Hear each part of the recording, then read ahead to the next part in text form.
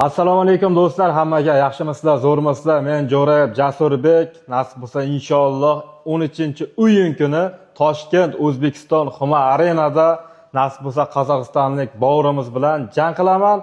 Narmanni mo'shni yaxshi sapernik mening uchun. Qo'li Narmanni boksyor ekan. Meni bilasizlar, men shu ketman qishloqda qanday yarashsam, shu ketmanni qanday cholsa, shunda jay darajasiga gazini bosib jang ko'rsatamiz inshaalloh. Qo'llar padishga qilish uchun nasibsa 13-o'yin kuni Xuma arenaga kelib, barchalarni kutib qolamiz.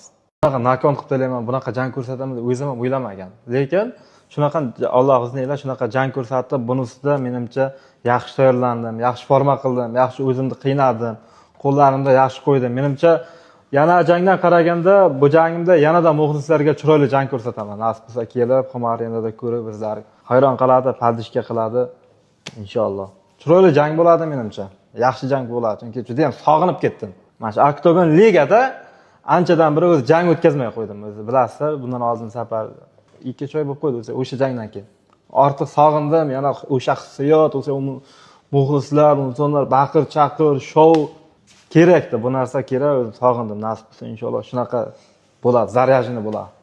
Jangda to'g'risini aytsam, stoykada urishish menga qandaydir noqulaylik tug'diradi. Lekin qo'lim yaxshi, mana bu chap qo'lim Narmanni, lekin noqulaylik tug'diradi. Ko'proq menga deyman, shu urishib stoyga kutmagan paytda kirib, takedown qilib, raqibning yani ishini bitirish.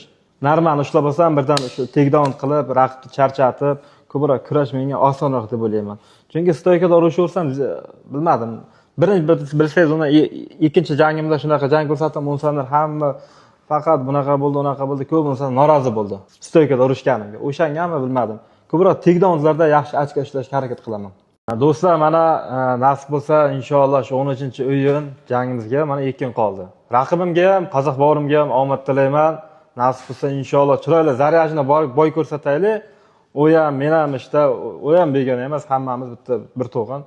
Nasib bo'lsa butun O'zbekiston xalqimiz hammalar kutib qolaman. O'zbekiston Toshkent Xuma arenada shunaqa bir zaryajni bir jangni ko'ringlar, mazza qilib kelinglar. Padishka sizlarning mana shu padishkalaring o'tgan safargida masalan padishkalarni ko'rib, chiroyli bir zaryajni jang ko'rsataylar, mazza qilib, xursand qilib, mazza qilib jangni tomosha qilishni xohlayman.